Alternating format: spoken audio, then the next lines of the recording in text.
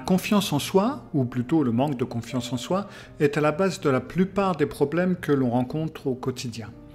C'est un problème très courant pour tout le monde, mais il est différent chez les femmes que chez les hommes. Une des raisons, c'est qu'une petite fille n'est pas éduquée de la même façon qu'un petit garçon, tout simplement. Même si les parents essayent de l'éduquer de façon à ce qu'elle soit indépendante, qu'elle ait confiance en elle, vous avez les camarades, l'école, la société, les collègues, plus tard, bref, tout un environnement, toute une société qui va aller à l'encontre de ce genre de comportement. On peut avoir un peu de confiance en soi, en tant que femme, certes, mais pas trop non plus. Plusieurs études ont prouvé que les hommes, ces pauvres petits êtres fragiles, se sentent très mal à l'aise si leur conjointe est plus intelligente qu'eux, ou alors si elle gagne plus qu'eux, ou si elle se débrouille mieux qu'eux dans certains domaines qu'ils considèrent comme les leurs ou importants.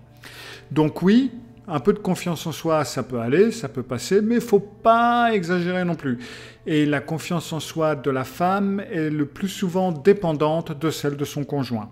C'est-à-dire que, en gros, moins votre conjoint a confiance en lui, et plus il va falloir que vous vous aplatissez parce qu'il ne va pas falloir faire trop de vagues. Parce que si vous faites un petit peu de mal à son ego, ça risque de compliquer les choses. Maintenant, quand on travaille avec la confiance en soi et d'autres choses psychologiques, le plus souvent, on ne fait pas trop la différence entre les femmes et les hommes, et c'est bien malheureux et bien dommage. Tenez, par exemple, pour la confiance en soi.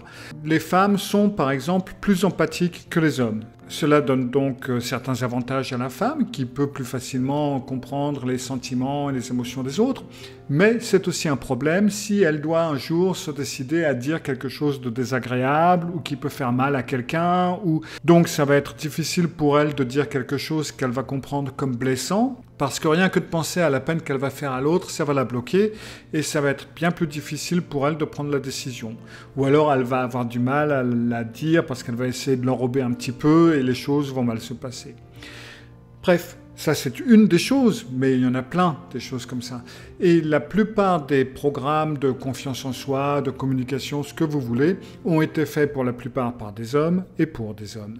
Et ils ne prennent pas en compte ce genre de choses, ce qui les rend beaucoup moins efficaces.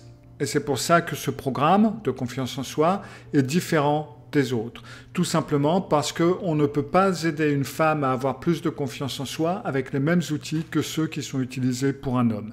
Tous les programmes de FIDEV, donc celui-ci aussi, sur la confiance en soi, sont conçus pour les femmes et prennent en compte la psychologie féminine. Donc rendez-vous sur fidev.com pour plus de détails sur le programme de Trouver ou Retrouver confiance en vous. À bientôt!